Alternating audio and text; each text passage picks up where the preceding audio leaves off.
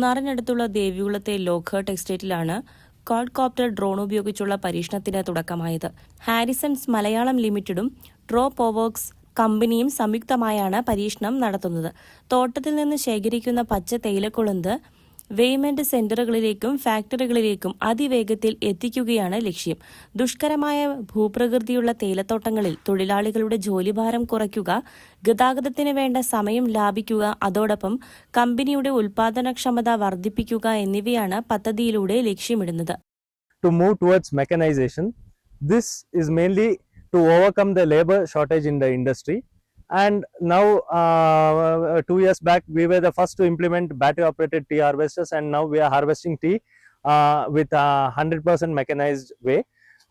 In future days we'll be transporting leaf through payload drones, and this will increase the productivity of the workers in days to come, and that will increase their earnings too. Thank you.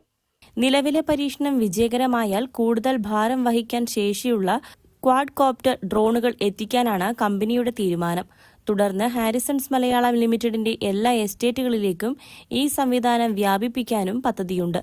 ദക്ഷിണേന്ത്യയിൽ തേയിലത്തോട്ടങ്ങളിൽ ഇത്തരമൊരു quadcopter drone പരീക്ഷണത്തിന് തുടക്കമിടുന്ന ആദ്യ സംരംഭമാണ് ഇതെന്നാണ് company പറയുന്നത്.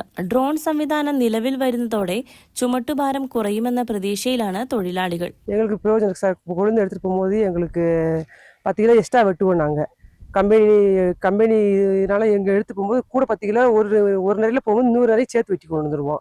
10 கிலோக்கு 20 kilo வெட்டிடுவோம் sir. சுமக்க வேண்டாம், எங்களுக்கு கொஞ்சம் ஈஸியாகவும் இருக்கும்ல. പരീക്ഷണത്തിന്റെ ഫലങ്ങൾ വിലയിരുത്തിയ ശേഷമാകും പദ്ധതി കൂടുതൽ എസ്റ്റേറ്റുകളിലേക്ക് വ്യാപിപ്പിക്കുന്ന കാര്യത്തിൽ അന്തിമ തീരുമാനം എടുക്കുക. സാങ്കേതിക വിദ്യയും തേയില വ്യവസായവും കൈകോർക്കുന്ന ഈ പരീക്ഷണം മേഖലയ്ക്ക് പുതിയ വഴിത്തിരിവാകുമോ എന്നതാണ് ഇനി ഉറ്റുനോക്കപ്പെടുന്നത്. News bureau, Adimali.